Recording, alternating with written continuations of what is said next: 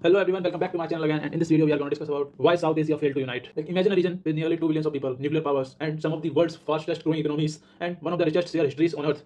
And now imagine that the same region becoming one of the least integrated region in the world. How did South Asia's dream of unity collapse? Why did India slowly abandon SAARC? And is the China the hidden reason behind the rise of BIMSTEC and BBIN? This is the story of South Asia's biggest geopolitical puzzle. The dream of a united South Asia. In 1985, South Asia has a dream. The dream was simple. If Europe could incorporate, if ASEAN could cooperate, then why couldn't South Asia? So 8 nations come together and created the SAARC, that are India, Pakistan, Bangladesh, Sri Lanka, Nepal, Bhutan, Maldives, and later in 2007, Afghanistan. The goal, the vision is simple, that is trade, connectivity, development, a stronger South Asia. For a moment it looked possible. Leaders shook hands, summits were organized, trade agreements were signed. People imagined highways connecting capitals, energy grids crossing borders, a South Asia's common market. But there was one problem. The problem was so powerful that it would eventually bring the entire organization to a standstill. And the problem was sitting right in the middle of the room. What? The India and Pakistan rivalry. The India and Pakistan's rising conflicts. The rivalry that paralyzed a region. Every regional organization needs trust. SAARC never had enough of it. Every time cooperation moved forward, politics pulled it backward. India wanted connectivity, Pakistan feared strategic disadvantages. India wanted trade integration, Pakistan raised security concerns. India wanted regional agreements, Pakistan often blocked consensus.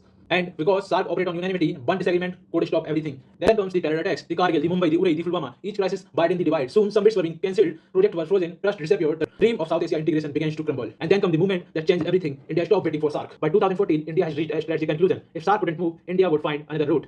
And that route was called BIMSTEC. Unlike SAARC, BIMSTEC did something revolutionary. It excluded Pakistan. Instead, it connected India with Bangladesh, Nepal, Bhutan, Sri Lanka, Myanmar, Thailand. Suddenly, the South Asia was no longer looking west, it was looking east, towards Southeast Asia, toward ASEAN, toward the Indo-Pacific.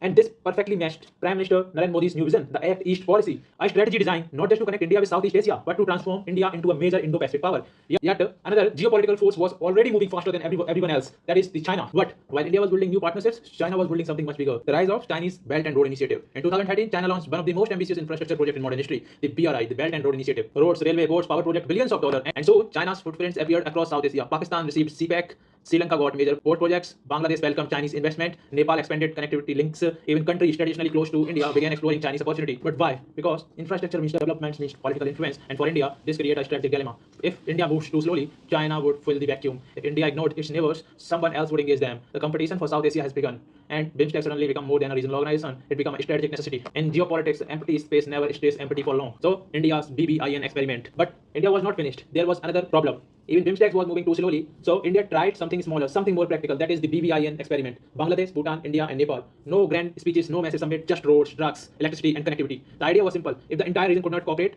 maybe a smaller group could.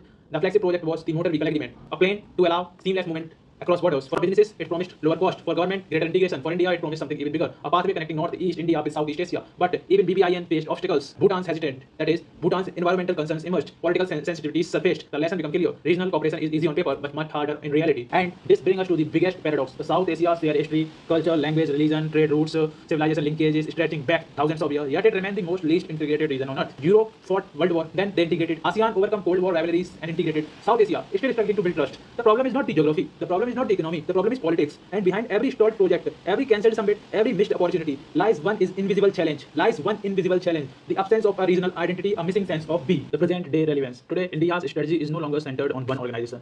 Instead, it operates on multiple levels. SAARC for a long-term vision, BIMSTEC for a regional cooperation, BBIN for a practical connectivity, the bilateral partnership for immediate results, and the Indo-Pacific framework for global influence. The goal is no longer simple regional cooperation. The goal is strategic connectivity, because in the 21st century, road creates influence, ports creates power, digital network creates partnership, connectivity shapes the geopolitics. So the story of SAARC, BIMSTEC, BBIN is not just a story about the organization. It's a story about ambitions, competition, trust, and the struggle to save the future for an entire region. SAARC showed what South Asia wanted to become. BIMSTEC showed what was possible. BBIN showed what could actually be implemented. But the final question remains unanswered. Can South Asia overcome its political division and build a truly connected future? Or will the region continue searching for alternative while the dream for regional unity remain unfinished? Because in the end, the future of South Asia will not be decided by the geography. It will be decided by the trust. So I want to ask a simple question to all of you. Can South Asia ever become as integrated as ASEAN or the European Union? Thank you for watching the video. Please do like, share, subscribe, and do whatever you want to do.